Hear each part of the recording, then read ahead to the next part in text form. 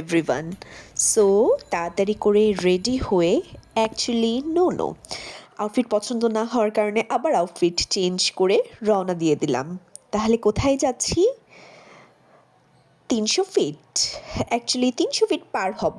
পার হয়ে ওই যে দেখা যায় বাণিজ্য মেলা, আর ঢুকতেই দেখি দিল্লি অ্যালুমিনিয়াম। সো বেসিক্যালি সব বাঙালি মানুষজনের মতো ঢুকে পড়লাম দিল্লি অ্যালুমিনিয়ামে। এই বছর নতুন কিছু আছে নাকি দেখার জন্য। আর কিছু না পেলেও, কিছু না কিনে যদি বার হই, জিনিসটা তো ভালো লাগবে না। তারপর আর কি, তারপর টুকটুক করে বাণিজ্য মেলার মধ্যে ঘোরাঘুরি শুরু করি। স্টলস কী আছে এক্সপ্লোর করতে করতে। বাই দ্য ওয়ে, আমি এত দেরিতে কেন গেছি আমি জানি না। রাত অলমোস্ট 8:30 বাজে। আমাকে গার্ডও জিজ্ঞেস করেছে, আপু এখন তো অফ হয়ে যাবে। যাই হোক, একটু ইরানি স্টল, একটু পারফিউম ঘুরে ঘুরে আর কি দেখা যে কি নিতে পারি আমরা। বাট হাতে এত টাইম শর্ট নিয়ে গেছি যে আর কতটাই বা ঘুরবো। হাফ অ্যান আওয়ারের চ্যালেঞ্জ। মনে হচ্ছিল সাবওয়ে সার্ফার্সের মতো ব্যাকগ্রাউন্ডে একটা মিউজিক দেখা যায়। দেখতে দেখতে একটু শুজ সেকশনে আসলাম। না, খারাপ হয়নি এবারের কালেকশন। বাট আগের বারের মতো কেন জানি বাণিজ্য মেলা আর জমে না।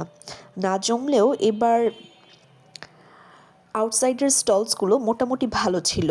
আর এই ইরানি জিরা মশলার দোকান দেখতে যেয়ে কেন জানি মনে হলো কারণ বাজার চলে আসছি। আমার একা মনে হয়েছে না আপনাদেরও মনে হয়েছে? বাদ দেই, একটু সুন্দর সুন্দর জিনিস দেখতে যাই।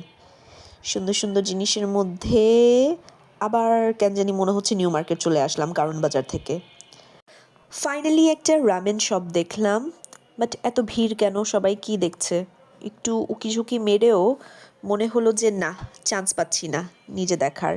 বাদ দেই, অন্য জিনিস দেখতে যাই।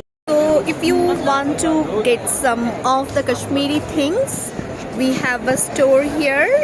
ডিটেলসের জন্য অবশ্যই পার্ট 2 দেখতে হবে। এক ভিডিওতে সব কিছু দেওয়া যায় না। সো যাই, টাইম হয়ে গেছে, বাসায় যাই।